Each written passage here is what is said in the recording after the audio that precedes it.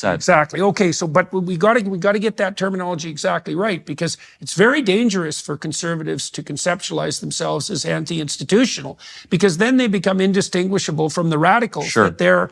So it isn't that. It's a return to the sorts of things we talked about at the beginning, like Wilberforce. That's right. Those foundational principles. Yes. And you're going to campuses saying, you people have lost the plot. Exactly. Right, which they definitely have. Like there's the universities, I cannot see, I've been working in various ways to figure out how to revitalize the universities, and the bricks and mortar universities. Like, how do you revitalize an institution that's dominated by people who are aiming in the wrong direction? They're irredeemable. So what does that mean? Okay, so let's continue practically here. So tell me what happens the first time at Wisconsin. Conversation every 15 minutes. A couple kids were interested, found a chapter leader. You found a chapter. Yeah, okay, so that was success. So it was a success. We found a couple groups of people and we started the group.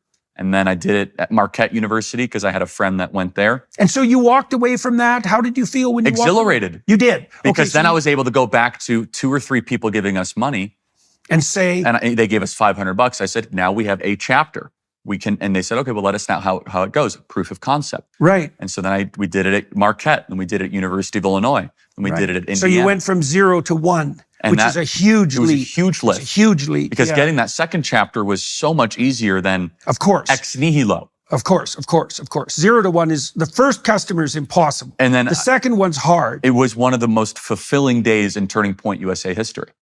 Right, okay. Was being able to get a singular chapter. Right, of course, because that's the one that's most unlikely. Exactly. Your first sale is by far the most unlikely. Exactly. Right, okay, so then you went to Marquette. Then Marquette. Okay, and what happened there? Very similar situation, but it was also a friend of somebody in high school, and they were a private school, so it was a little harder to do the typical outreach, but they applied for a permit in like the student center, and same sort of thing. So you were permitted from the beginning as well? Well, in UW-Madison, they don't care as much because it was a public school, so you can kind of, any individual can walk on campus and kind of... Right, okay. But Marquette, I had a friend that I went to high school with. They said, yeah, I'll apply for something for you. Okay. And similar sort of thing. And they said, I sat there for 5 hours, Jordan. I would sit there for 5 or 6 hours. Yeah. Because that was time well spent. Because for me, I was trying to build the semblance of something, a real infrastructure, a real organization. And boy, was it difficult. Yeah, But it was never disheartening, though. Because I had nothing to lose. You have to understand, I'm an 18, 19-year-old kid. Right. It's not like I'm mortgaging the house. It's not like I have two kids. Yeah. So there's such low downside and unlimited upside. Right, sure. Well, that's the entrepreneurial niche. And it was such an adventure because it's a campus I've never been to, talking to a bunch of kids. It's, you're almost having verbal combat, which is very entertaining. Well, and I imagine too that it must have been heartening to you as well to see that you could hold your own. Exactly. And so that's a really important point. Here I am as a kid that didn't go to college thinking, do I really have the intellectual capacity to joust with kids that are learning all day long? Yeah, right. I realized they're not learning all day long. Yeah. You see, I was reading von Mises and Rothbard before I came across you. Yeah. Hayek, Milton Friedman. Very libertarian economics was my baseline foundational philosophy. A lot of reasons for that. Very, very interesting. Tons of profound insights, some of which don't, I think, actually play out very well in the material world. But so I would encounter kids on campuses who professed to be studying economics, for example, and they didn't know very much. Right. And I realized, I said, well, there's a disconnect. They're borrowing money to go learn about things that I actually have a greater mastery of because I was... Well, you can learn a lot if you read the right books. Oh, and in my idle time, I became obsessed with being proficient and understanding economics. That was kind of my entry. Oh, yeah, I see. And so you have to remember, 2013... You know that burning bush story? Oh, That's Moses' entry point, by the way. So the burning bush moment... 3, I think, the burning bush moment happens when Moses goes off the beaten path. He's a shepherd, right? So a good man, keeps the wolves and lions at bay, serves the vulnerable. He's got that mastered. And then something attracts his attention, and he takes it seriously. And that's what transforms him. So you said you did that with economics. Yeah, and Moses said, Hineni, here I am. Yeah, at that moment of the call of God. Right, exactly. And so this is... It's a repeated theme throughout the scriptures, Hineni, yes. Well, Hineni. Which is, here I am. So you remember in the Moses... Right, so he's making himself available. But remember, Abraham said that with the binding of Isaac when God it's the same phrase. Here I am. And the call of Samuel, here I am, for example. So that phrase, here I am, Hineni, is repeated about 7 times throughout the Old Testament. And how do you spell it? Hineni, I don't know how to spell Hebrew, but it's here I am. It's in the English translation. Right. So it's like, take me, use me, I'm available for this assignment. Mold me. I am your obedient vessel. Right. That's like the Mission Impossible motif. Your assignment, if you choose to accept it. Exactly. But it's a very powerful... Then it burns. It's a very powerful Hebrew word. It's basically, here I am. My arms are out. I am yours. Full surrender to your purpose. Well, that's it. So, there's a pattern that's established in that burning bush story, because the burning bush is something living. Yes, but it doesn't consume it, which is what's so amazing. Well, that's life. Life metabolizes, life burns, but without being consumed. That's the secret of life, right? So that the burning bush is life most deeply apprehended.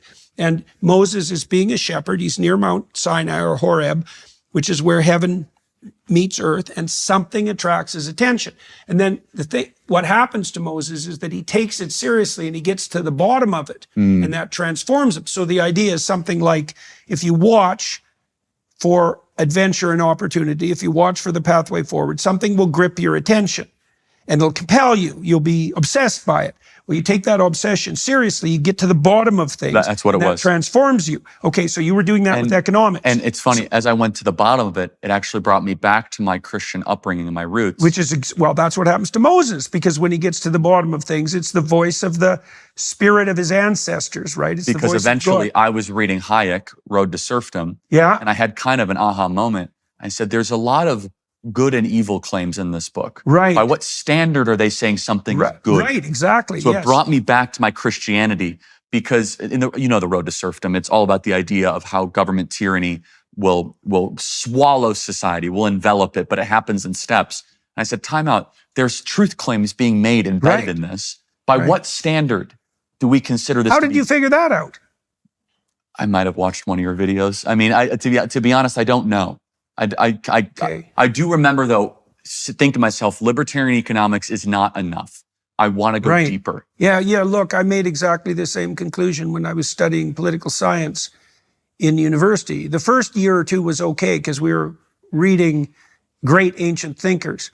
But then in my 3rd and 4th years, when it started to become more specialized, the basic claim was that human beings are motivated economically, and then it became left. And I thought, no, that's not right. That's not right. Correct. There's a foundational. There's a substructure. That's why I started studying psychology. And so that's where I started to take, and I take my faith very seriously. I love your biblical series, your Exodus series, and your gospel series is terrific. You deserve a lot of credit for that. And it's been phenomenal. Daily Wire types deserve a lot of credit for that too, because they took a big risk. Yeah, but you had the initiative to bring everybody together, and you did a great job with it. And you presented it in a way that I'd never have, because you have a very unique psychological understanding and interpretation of the scriptures. Yeah, well, we had great panelists too. Like, they were a very good crowd, the people that decided phenomenal. to participate. It was really good. What ended up happening is, as I started to pursue the scriptures more and take it seriously, remember back to our timeline, simultaneously the woke stuff all of a sudden reared its head, which is a manifestation of the spiritual. Yeah, so definitely. Almost, I was in this place in 2018, 2019, when it was almost peak woke. We weren't there yet. 2020 was peak woke, where I was starting to understand